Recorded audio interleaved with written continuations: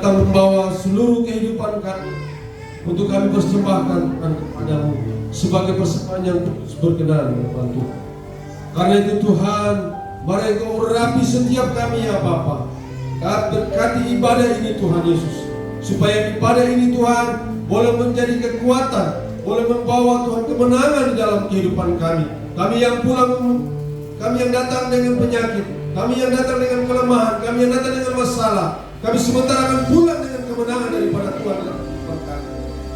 Karena itu Tuhan, kami bersyukur sekali Tuhan, kalau Tuhan berikan kami kesempatan untuk kami beribadah kepada Tuhan pada saat ini. Berkati semua yang kami pakai Tuhan dalam ibadah ini ya Bapa. Dari awal, pertengahan hingga pada akhirnya boleh jadi seturut daripada kehendak Tuhan sendiri. Di dalam nama Tuhan Yesus Kristus, kami siap memuji, memuliakan, meninggikan Engkau Allah yang luar biasa. Haleluya.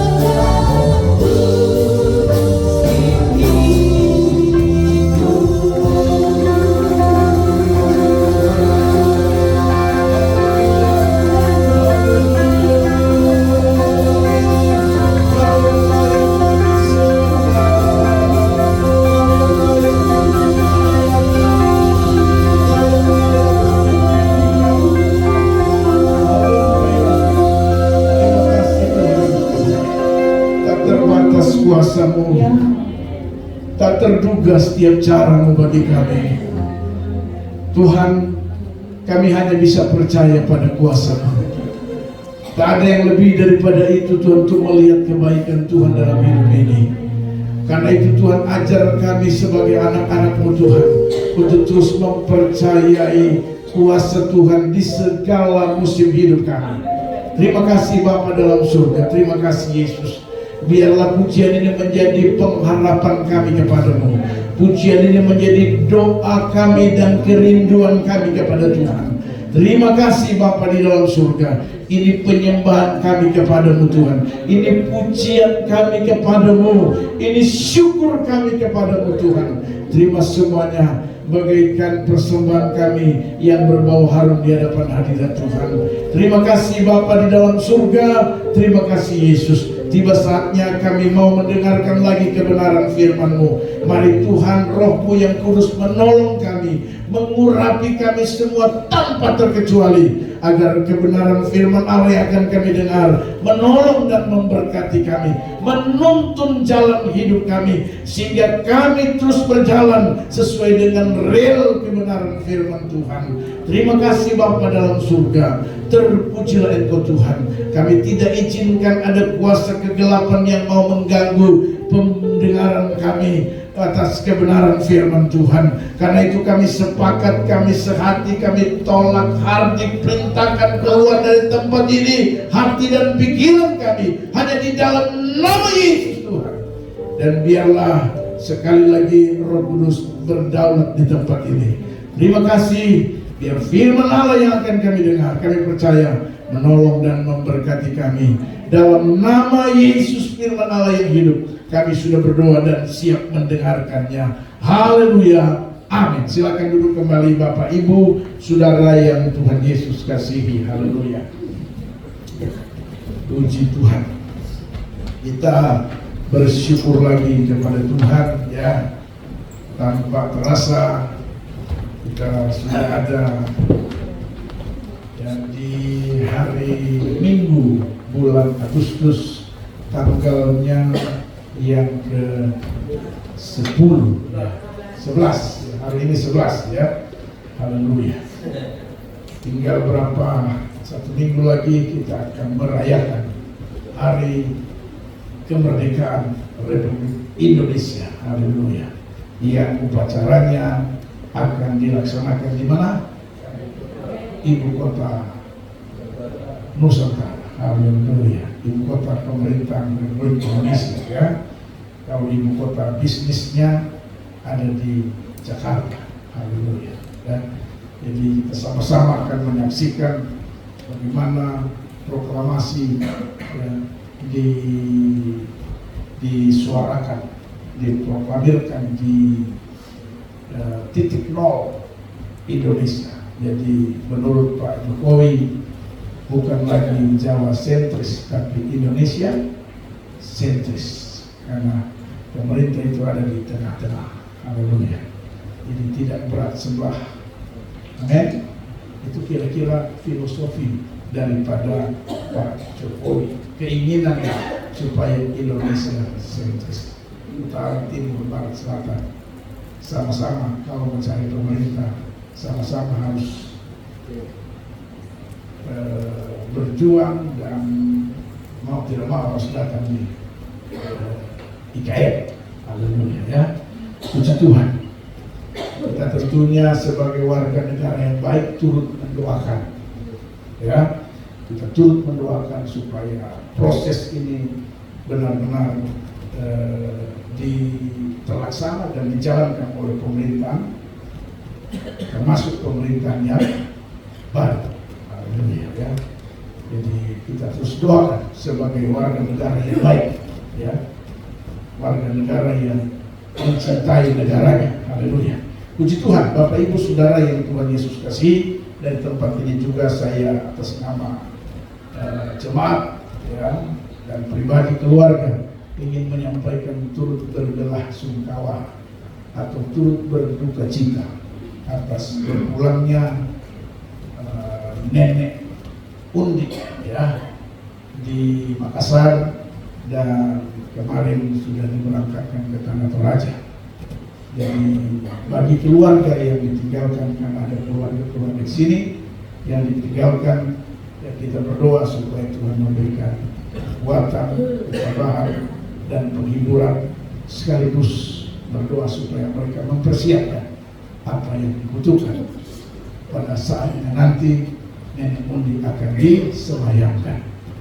Ya, saya dengar informasi pada bulan Desember tahun 2025, jadi masih satu tahun setengah lah. Saya pikir 1 tahun setengah itu kalau mencangkul masih bisa, cangkul yang baik. Ya, ada Pak Nambah di sini. Ya. Mulai mencangkul, mulai bulan depan mencangkul. Haleluya. Oh, saya bulan depan sudah selesai cangkulan saya. Haleluya. Puji Tuhan. Sebagai penghormatan kita kepada orang tua. Ya, kira-kira seperti itu, karena kita bilang hormatilah orang tua. Amin. Haleluya. Selagi dia hidup.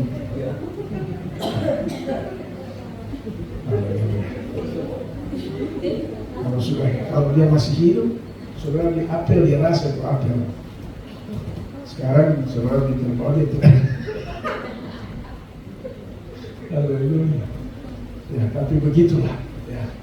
Mau tidak mau, suka tidak suka, kita harus turut melestarikan adat istiadat siapapun punya adat. Amin.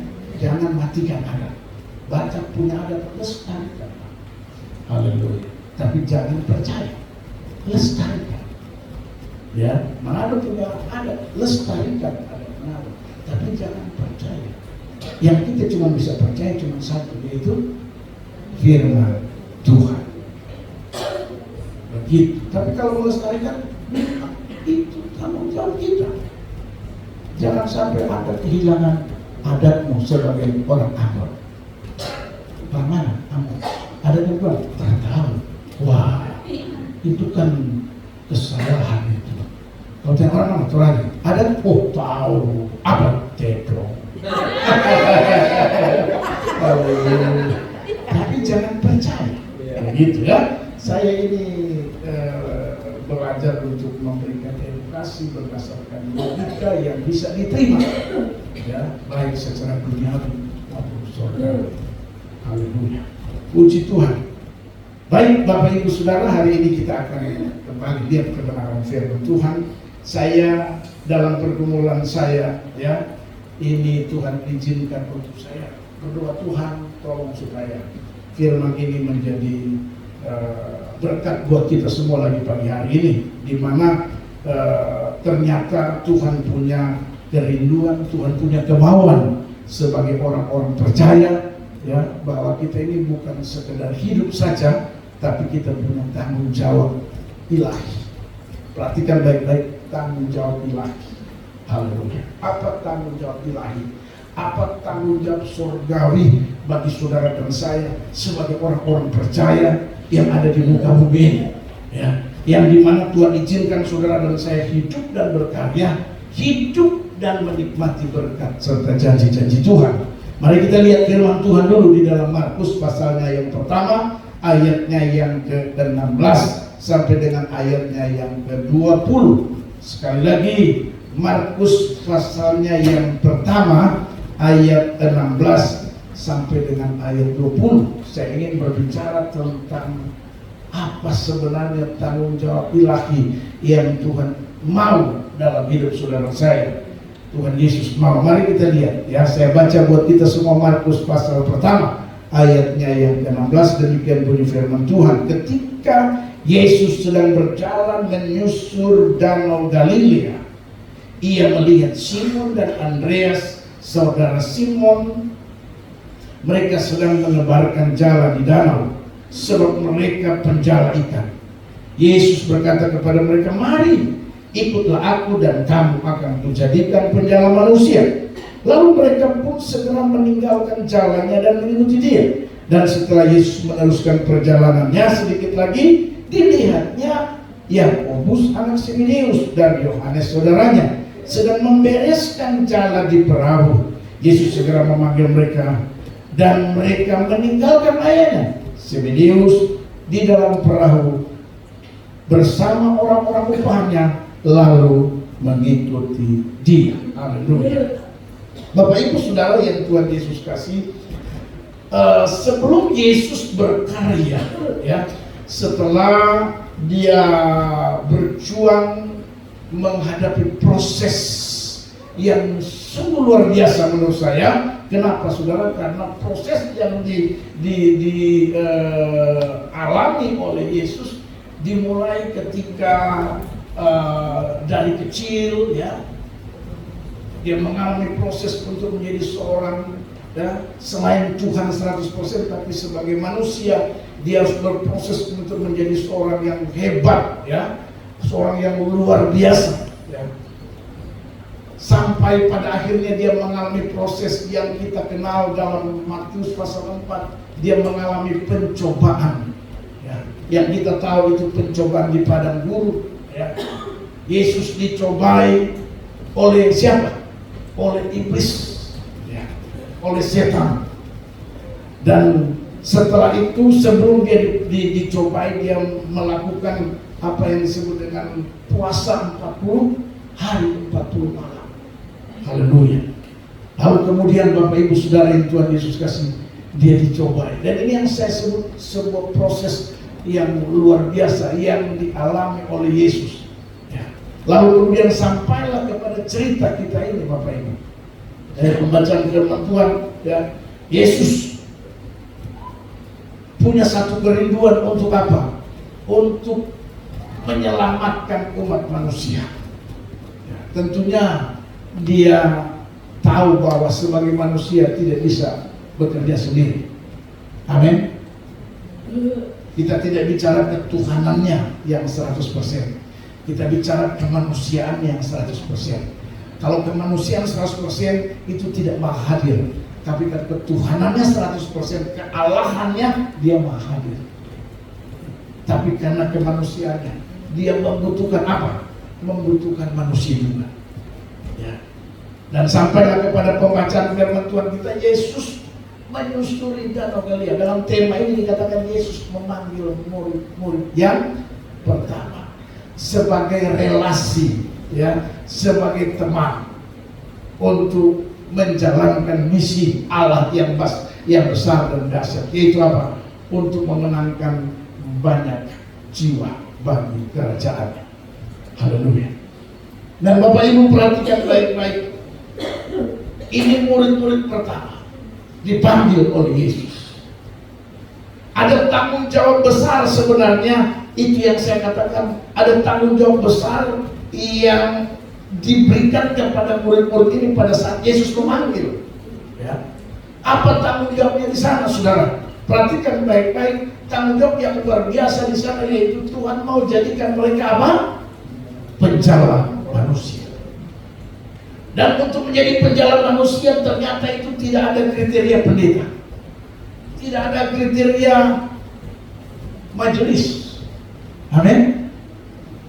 Itu artinya bahwa penjala manusia ini itu menjadi tanggung jawab semua orang percaya. Yang percaya Yesus, dia punya tanggung jawab, yaitu apa? Menjadi penjala manusia. Penjala manusia, saya pikir saya tidak perlu jelaskan, kita tahu semua bagaimana kita bisa memenangkan jiwa bagi kerajaan. Amin.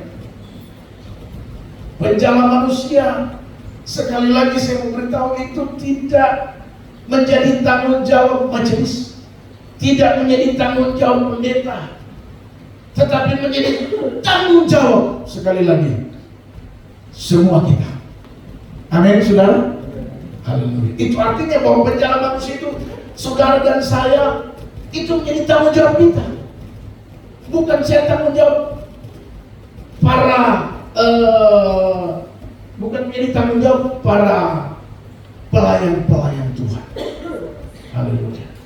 Jadi penjala manusia itu tanggung jawab saudara dan saya. Amin. Kasih tahu kiri kanan. Anda bisa jadi penjara manusia. Haleluya. Anda penjara manusia. Namanya penjara. Namanya penjara. Anda tahu kalau Anda pergi menjala ikan, begitu Anda menjala ikan dan Anda dapat ikan, senang nggak? Senang. Haleluya. Jadi feedback daripada hasil jala kita itu akan membuat kita senang. Kira-kira kalau saudara dan saya jadi penjala manusia, feedbacknya yang pertama yang kita rasakan itu senang, gembira. Haleluya. Jadi Bapak Ibu Saudara, kita ini bukan jadi anak Tuhan, jadi orang Kristen, jadi percaya Yesus, lalu saudara pikir saudara cuma masuk gereja, terus pimpin ibadah, terus apa lagi? Bikin kegiatan, bikin Paskah, bikin Natal, makan-makan. Haleluya. Angkat panitia. Bukan sekedar itu. Tapi kalau saudara perhatikan baik-baik, Injil Markus memulai suatu catatan penting. Dimulai dari apa? Dari bagaimana tanggung jawab ini menjadi tugas setiap orang percaya. Haleluya. Sehingga cerita Yesus memanggil murid-murid yang pertama itu menjadi dasar daripada penulisan Injil Markus. Nah, jadi sekali lagi Bapak Ibu Saudara yang Tuhan Yesus kasih, saudara dan saya memiliki tanggung jawab untuk menjadi penjala manusia. Haleluya. Semua kita, semua orang percaya punya tanggung jawab menjadi penjala manusia. Bagaimana saudara memenangkan jiwa? Orang Kristen akhir zaman sekarang ini, saya perhatikan mungkin karena kurang doktrin, bukan jadi penjala manusia, tapi pengusir manusia. Haleluya. Harusnya saudara berjuang bagaimana caranya supaya orang-orang terdekat kita itu menjadi tanggung jawab Anda sebagai penjala. Ini penting sekali Bapak Ibu. Penting sekali. Jangan sampai saudara melupakan tanggung jawab ini. Atau justru sebaliknya saudara merusak panggilan sebagai penjala manusia. Haleluya.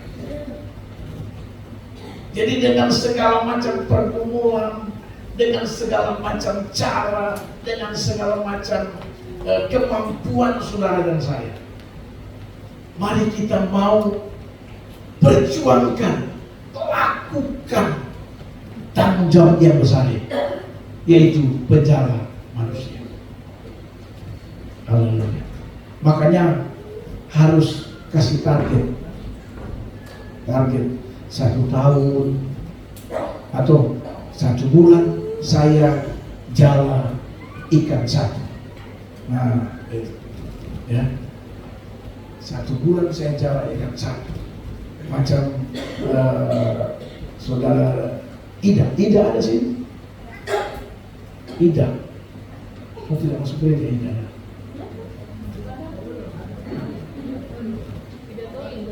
Tidak tahu di mana. Oh iya. Saya bilang tidak waktu dia masuk, karena anak ini kan dia punya gaya apa ya? Gaya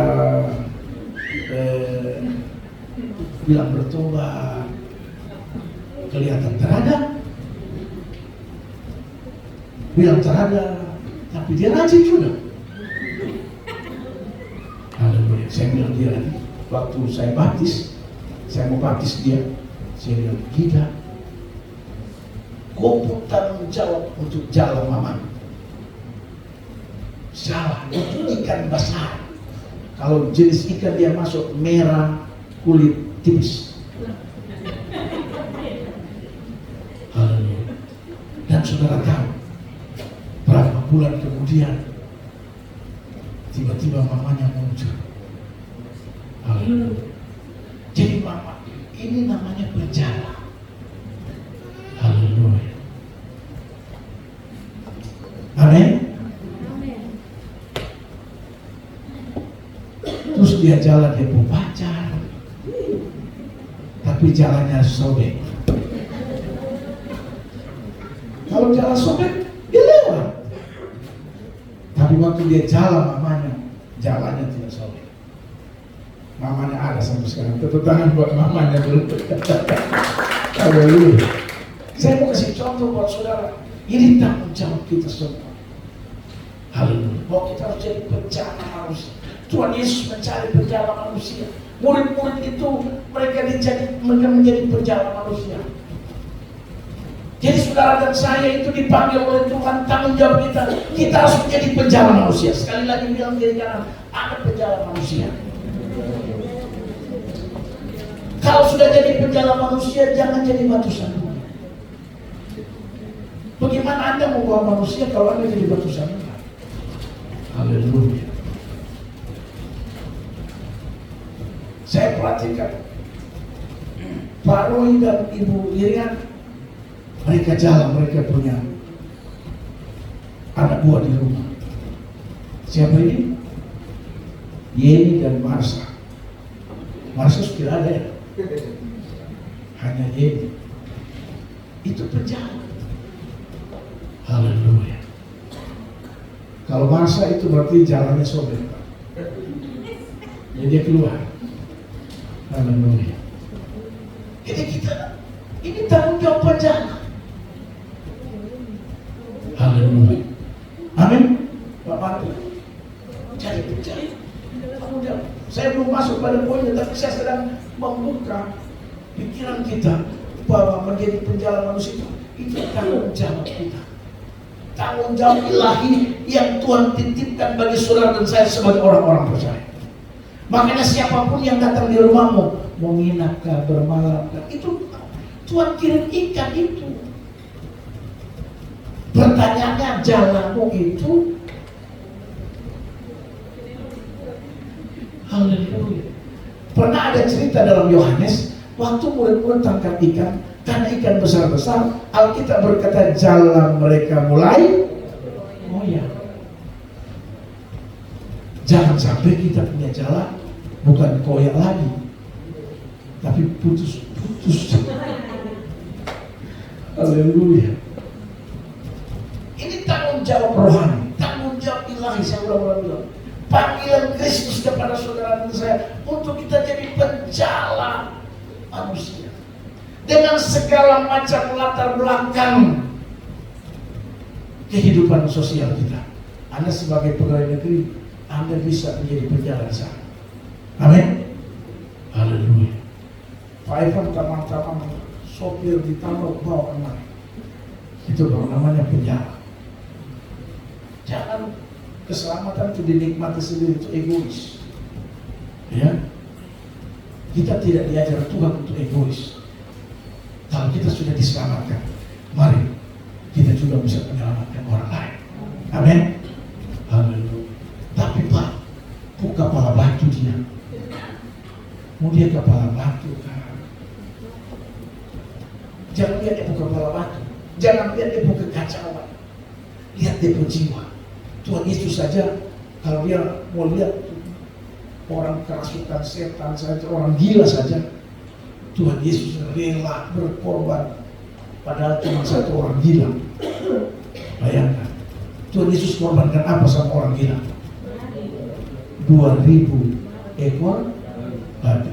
Anda bayangkan 2.000 ekor babi. Kalau babi dijual Paisa berapa satu ekor? Paisa jual babi berapa? 5 juta. 5 juta satu ekor kali 2.000, 5 kali 2. Berapa miliar? Tuhan rela korbankan miliaran hanya untuk satu orang gila. Apalagi sudah lihat saudara adik ini awaras. Sudah lihat saudara adik-adik ini semua tidak ada gila, waras semua. Sudah lihat saudara orang tua waras. Masa Anda tidak berkorban? Bila perlu Anda jemput, nah, dek, kamu, saya jemput deh. Mari kita ke gereja. Itu juga tidak keluar uang bensin, memang Anda harus ke gereja. Anda cuma jemput dia. Haleluya. Amin. Bayangkan saudara. Tapi saya akan mau beritahu kepada saudara bahwa sebenarnya dari kebenaran firman Tuhan di sini, apa sih yang menjadi syarat penjala manusia? Tadi saya baru buka wacana bahwa betapa pentingnya tanggung jawab ilahi ini bagi saudara dan saya. Ya, bahwa kita bukan sekedar percaya lalu kemudian kita berdiam diri. Tidak, saudara. Tapi mari kita mau menjadi penjala manusia. Amin. Mari kita lihat. Yang pertama, saudara, untuk bisa menjadi penjala manusia yang efektif, yang baik, yang mantap, yang luar biasa, saudara. Ya. Yang pertama, ayatnya yang ke-17. Perhatikan firman Tuhan berkata begini. Yesus berkata kepada mereka, mari ikutlah aku. Haleluya. Ikutlah aku. Jadi yang pertama menjadi penjala manusia yang berkualitas, menjadi penjala manusia yang efektif, yang bisa dipakai dengan luar biasa oleh Tuhan. Perhatikan kalimat pertama, kata pertama dikatakan, mari ikutlah aku. Kalimat kata ikutlah aku, Yesus di depan, kita di. Sekali lagi, untuk menjadi penjala manusia yang efektif dan berkualitas, kalimat ini penting sekali. Saya pelajari ya. Untuk menjadi penjala yang luar biasa, yang tadi saya sudah jelaskan betapa pentingnya tanggung jawab ilahi itu ya. Maka kita harus menomorsatukan Tuhan. Alkitab bilang, mari ikutlah aku. Kalimat ini saya pahami bahwa Yesus di depan, kita di belakang. Kita mengikuti. Jadi semua perintah, semua ajaran, semua didikan nasihat daripada Yesus, itu yang kita ikuti. Maka pasti kita akan menjadi penjala manusia yang berkualitas. Haleluya. Orang Kristen sekarang sulit jadi penjala manusia. Kenapa? Dia di depan, Tuhan Yesus di belakang. Waktu dia belum ada uang, Yesus di depan. Begitu dia sudah banyak uang, Yesus di. Bagaimana menjadi penjala manusia? Haleluya. Kalau sudah kita yang di depan, akunya yang di depan, kita sudah tidak akan ada belas kasihan melihat orang. Bagi kita sudah berprinsip, yang penting saya ke gereja. Dan sudah tidak ada dalam pikiran otak kita untuk menjadi penjala manusia. Bahkan bukan tidak mungkin, kita bukan tidak mungkin, saudara, justru sebaliknya. Bukan menjala manusia, tapi justru sebaliknya, karena kita di depan, Yesus di belakang. Bukan tidak mungkin, sikap, perbuatan, keputusan, kebijakan kita membuat orang lain, kalau begitu saya tidak bisa sikapkan. Haleluya. Ini persoalan. Saya belajar, saya baca, Tuhan Yesus bilang, ikutlah. Yang dipahami bahwa Yang namanya kita mengikut Yesus. Yesus yang ada di depan, kitanya di belakang. Haleluya. Jangan sampai terjadi seperti murid-murid. Sudah tahu cerita waktu Yesus bilang mereka mau menyeberang, lalu dong bicara begini, oh kan pengalaman saya di depan, sudah koyan dipegang motoris. Terus Yesus dong kasih di mana? Di belakang, buritan. Ini murid-murid ini juga otaknya otak manusia zaman sekarang ya. Dong kasih Yesus di belakang. Haleluya. Dan Alkitab menceritakan sekonyong-konyong, tiba-tiba sadar angin ribut datang dan badai, hujan, gelombang menerpa perahu itu. Dan Alkitab berkata perahu itu sudah mulai tenggelam. Baru dong sadar, murid-murid malah itu semua mati ini. Untung ada satu murid yang ingat, laki-laki yang tidur di belakang tuh, sini sebangun dulu. Haleluya. Baru mengingat, oh iya, itu besar ada di belakang. Ini karena murid-murid ini mereka orang pelaut, jadi mereka kuasai situasi keadaan, mereka kuasai angin barat daya, ya angin selatan, mereka kuasai, ya. Haleluya. Yang lo tidak kuasai itu pemerintah barat daya. Ya, mereka kuasai, karena itu mereka tidak peduli dengan Yesus. Alkitab mencatat mereka taruh di belakang. Yesus juga sebagai manusia dia berpikir, kalau saya tidak dihormati, untuk apa lebih saya ngorok? Anda kalau dihormati, ngapain cari orang? Diam aja, ikuti jalan Yesus. Haleluya. Yesus kita berkata dia di belakang dan tidur, karena nggak diam. Haleluya.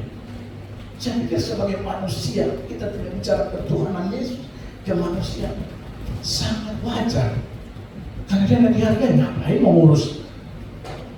Lalu ngurus sendirilah.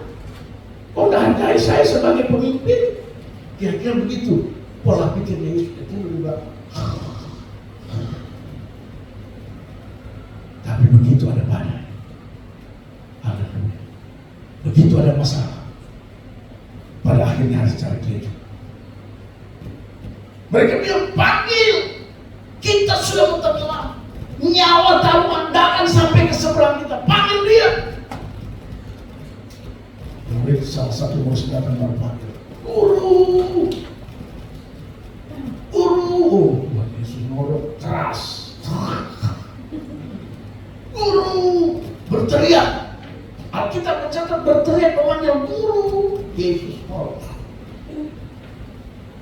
Tapi Yesus itu tetaplah Yesus. Dia bilang, meskipun kamu tidak setia, saya tetap setia. Akhirnya dia bangun. Dia tanya, saya kenapa? Saya panggil dia Tuhan. Saya ikut bahasanya Pak Martin. Guru, saya lihat kan, ini semua tenggelam, air semua masuk di perahu. Perahu semua tenggelam ini, luar biasa ini.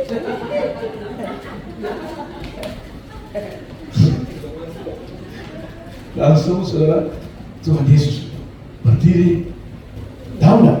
Saya mau tanya, Tuhan Yesus kemana? Waktu dia dibangun dan berdiri kemana? Hah? Dia ambil alih kepemimpinan. Dia maju di paling depan. Lalu dia berdiri. Murid-murid di belakang. Dia bilang begini, badai, angin, gelombang, diam. Seketika itu juga badai, angin, gelombang, diam. Haleluya. Tuhan ambil kendali dalam hidup saudara dan saya. Seberat apapun, sekencang apapun badai gelombang itu, kalau Tuhan bilang dia, pasti dia. Amin. Asalkan kasih dia di depan, kita di belakang. Haleluya. Jangan karena kau punya kepala bagian, kau punya kepala bidang, terus gara-gara kepala bidang dia di belakang, kau di depan. Saya ini kepala bidang. Sebentar lagi jadi kepala dinas, habis kepala dinas kepala badan. Sebentar lagi saya dipanggil ibu kaban. Jadi Yesus di belakang, dia di depan. Itu bahaya. Makanya tidak pernah menjadi penjala manusia yang efektif. Amin. Kalau mau jadi penjala manusia yang berkualitas, yang mantap, yang efektif dengan baik, yang pertama harus mengikut dia. Kalimat kata ikutlah aku, dia di depan, saya di belakang. Amin. Toh keberhasilan kita, berkat kita, kesuksesan kita, itu semua atas izinnya Tuhan. Amin. Atas izin dia. Anda ada berkat, Anda ada jabatan, Anda ada karir dengan baik, itu atas izin Allah. Haleluya. Kalau Anda bekerja hari-hari itu semua karena Tuhan. Saya ingat ada bagian kata dalam hidup itu ada Tuhan. Jadi apapun yang Anda alami dan dapatkan dalam hidup itu, ingat baik, di sana ada Tuhan. Amin. Haleluya. Jadi Bapak Ibu Saudara, mari syarat pertama untuk menjadi penjaga manusia yang berkualitas dan yang efektif. Yang pertama, kita harus ikut Tuhan dengan artian kita di belakang, dia di depan. Jangan sekali-kali ngambil alih kemudi. Haleluya. Kita tidak akan hidup berjalan manusia itu. Baik. Jangan ambil kemudi, tapi biar Tuhan yang di sana, kita yang di belakang. Amin. Haleluya. Yang kedua, saya temukan kebenaran firman Tuhan. Baca terus ayat 17. Yesus berkata kepada mereka, mari ikutlah aku. Bagian B dikatakan, dan kamu akan kujadikan penjala manusia. Poin kedua, kalimat yang berkata akan kujadikan. Kata kujadikan di sini itu kaitan erat dengan yang disebut dengan proses. Anda tidak bisa jadi tanpa proses. Amin.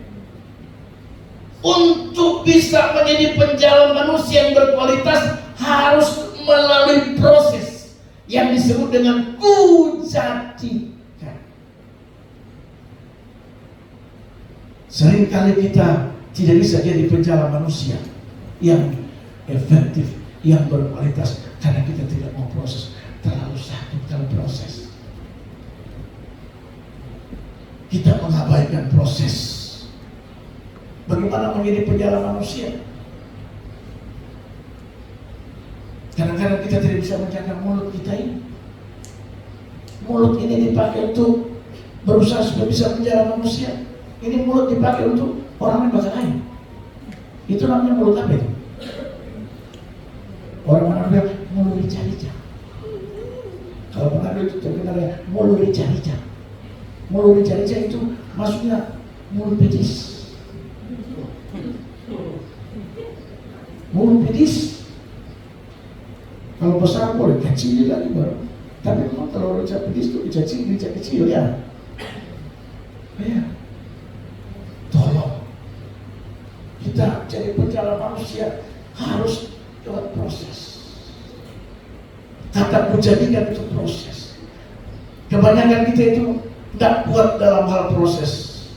Proses itu dimulai dari dalam keluarga dulu, dari dalam dulu itu proses dimulai. Kita kadang-kadang bagaimana mau jadi penjala manusia, suami istri saja bertengkar terus.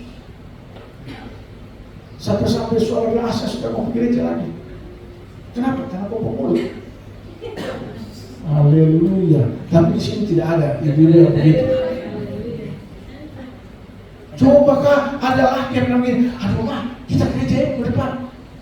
Baru hari Jumat dia bilang, kapan hari Minggu? Karena dia senang mau datang nyanyi begini. Haleluya. Tapi ini kita ini lain. Laki tidak mau masuk gereja gara-gara bini. Karena bini mulu gereja. Kita nggak bisa jangankan bini atau laki. Kadang-kadang tetangga sebenarnya lahan penginjilan, lahan mencela manusia itu tetangga. Haleluya. Saya mau tanya, saudara ada tetangga nggak? Banyak tetangga. Itu ikan. Jangan pilih-pilih ikan merah. Jangan kau dari puri sampai ekor kuning tangkap semua. Haleluya. Tapi jangan sampai anak mau tangkap ekor kuning dan dia mau tangkap saya, kasihan, dan coba dulu. Haleluya. Jangan sampai kita seperti itu. Makanya harus ikuti proses. Dan proses itu biasanya sakit. Betul ya? Tuhan Yesus kan tadi di awal saya cerita bagaimana dia berproses. Haleluya. Dia berproses, dia berpuasa menyangkal dirinya. Sampai iblis cobai dia. Setan datang ngobrol-ngobrol dengan dia. Baru setan bicara dia. Haleluya. Makanya suatu ketika ada setan ini belum datang menghadap Yesus. Kalau dulu setan menghadap Allah, ya si Lucifer. Kalau sekarang setan itu dia menghadap Yesus, kalau dia bilang Tuhan Yesus, saya stop sudah jadi setan. Tuhan Yesus bilang, kenapa kamu stop jadi setan? Habis bagaimana? Semua saya mau pekerjaan manusia sudah. Terus kira-kira saya mau kerja apa lagi Tuhan Yesus? Setan baru dong ambil saya mau pekerjaan, baru dong selalu bilang itu pekerjaan saya.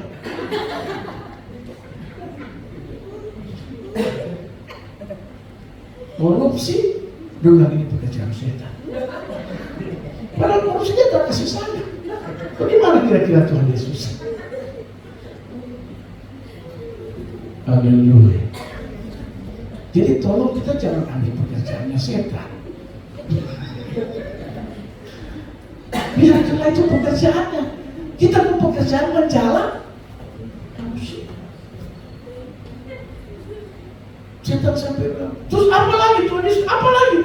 Penipu. Orang yang tipu. Tapi belum itu pekerjaan saya. Haleluya. Sampai katanya dia pamit sama Tuhan Yesus, berhenti menjadi setan. Haleluya. Karena semua pekerjaan sudah diambil oleh Tuhan Yesus. Kira-kira mau kerja apa lagi? Tapi selalu mengatasnamakan itu pekerjaan setan. Selingkuh itu pekerjaan setan. Yesus bilang, itu kan pekerjaan. Iya, itu pekerjaan saya. Tapi manusia ambil. Baru bilang itu pekerjaan saya. Padahal kalau dia berjalan, saya tidak dipanggil. Dong masuk hotel, saya tidak diajak. Dong briefcase makan banyak.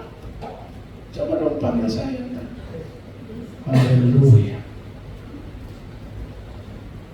Bapak Ibu Saudara, dari cerita ini, mari kita mau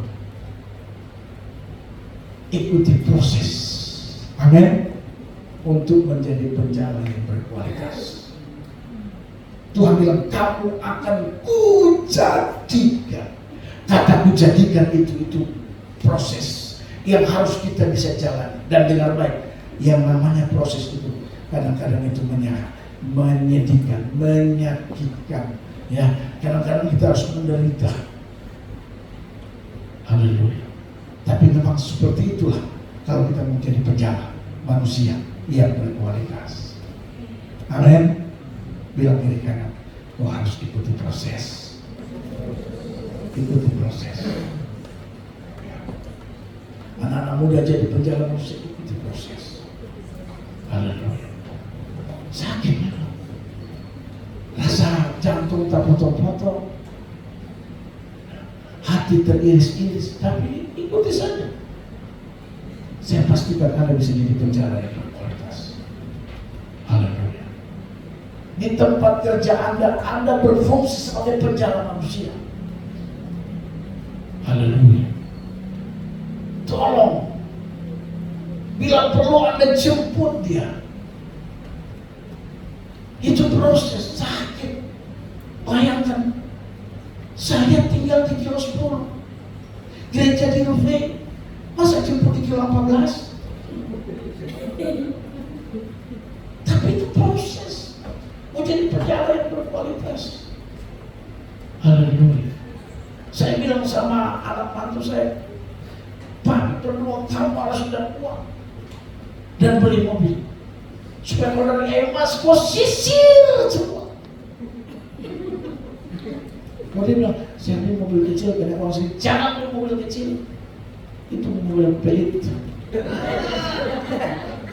Beli mobil lokal yang bisa muat orang. Posisir mulai dari SP1 ada kenalan jemput dia. Masalahnya ini gereja pasar di sana.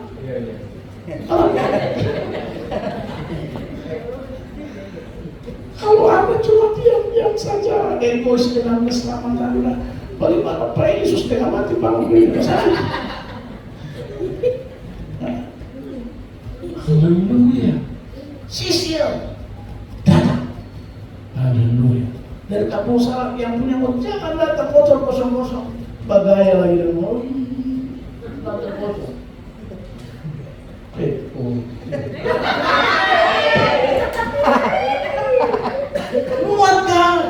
Muat tetangga, muat kenalan. Bawa mereka untuk menerima keselamatan yang mana saudara juga sudah diselamatkan. Amin. Datang motor kosong-kosong.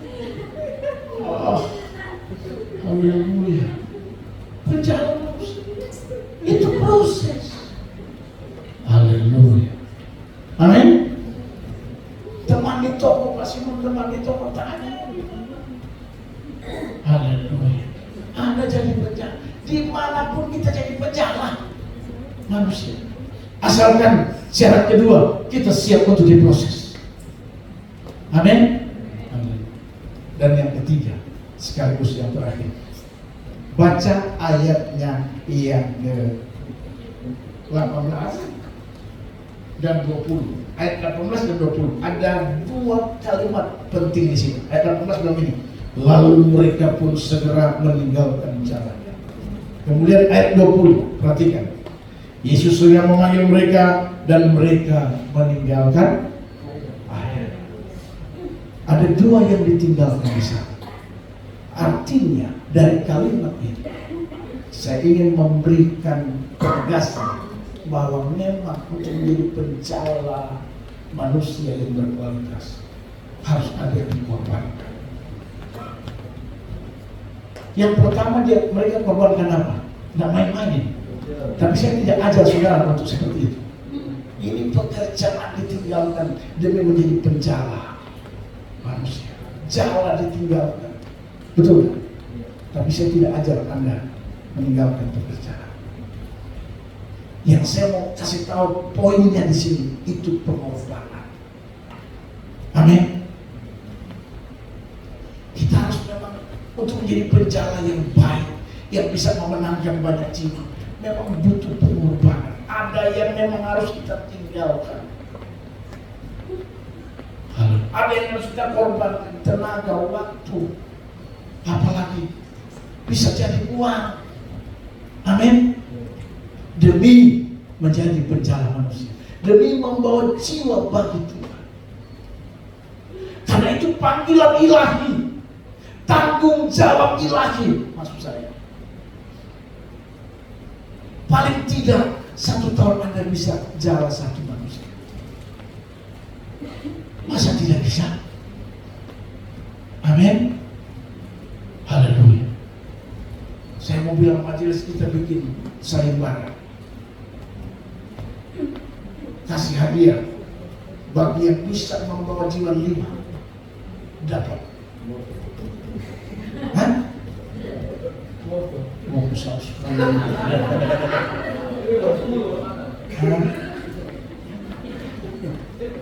Hadiah ini mendidik, hah?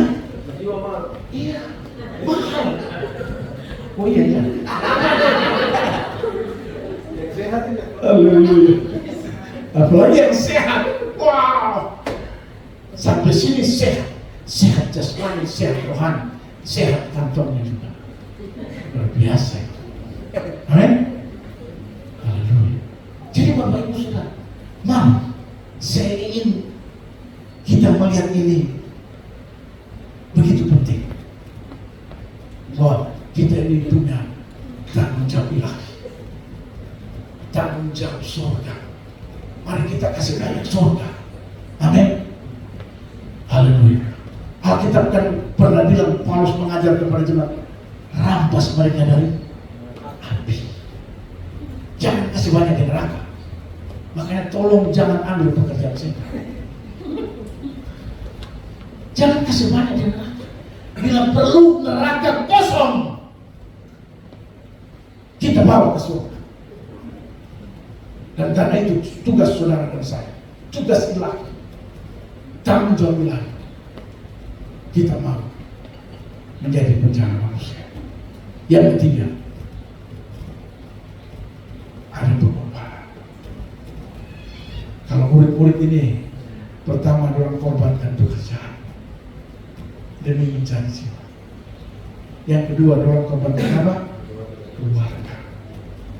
Haleluya. Demi jiwa. Apa yang saudara dan saya mau korbankan demi jiwa? Haleluya. Apa? Mari Tuhan. Tiap kali saya beribadah, saya lihat ada orang di tetangga saya dulu saja. Selama ini saya malas tahu. Tapi sekarang saya mau dekati dia. Saya mau dekati dia, saya mau bicara baik-baik dia. Kalau bisa, dia bisa ikut.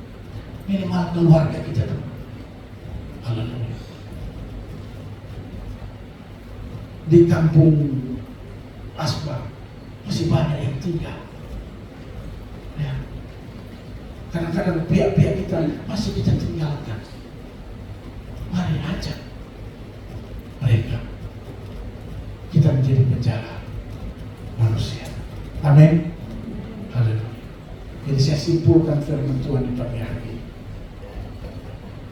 Karena begitu pentingnya tanggung jawab ilahi, maka kita harus mau tidak mau jadi penjala manusia. Syaratnya yang pertama, kita harus ikut dia. Dia di depan, Tuhan di depan, kita di belakang. Jangan dibalik. Yesus ada di depan, kita di belakang.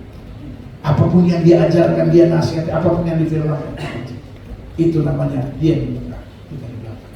Sampai ada pujian bilang, salib di muka, dunia di belakang. Salib di muka, dunia di belakang.